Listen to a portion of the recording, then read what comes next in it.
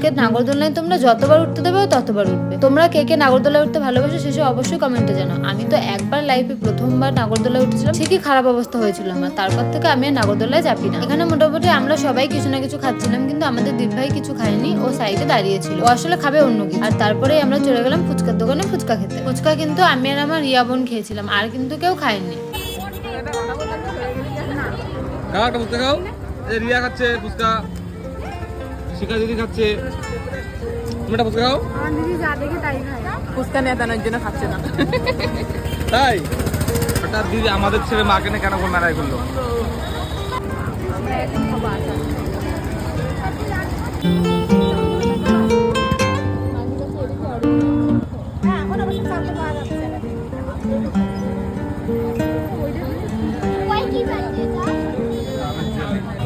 ওকে আমি এগুলো খাবো, এগুলো খাবো আমি।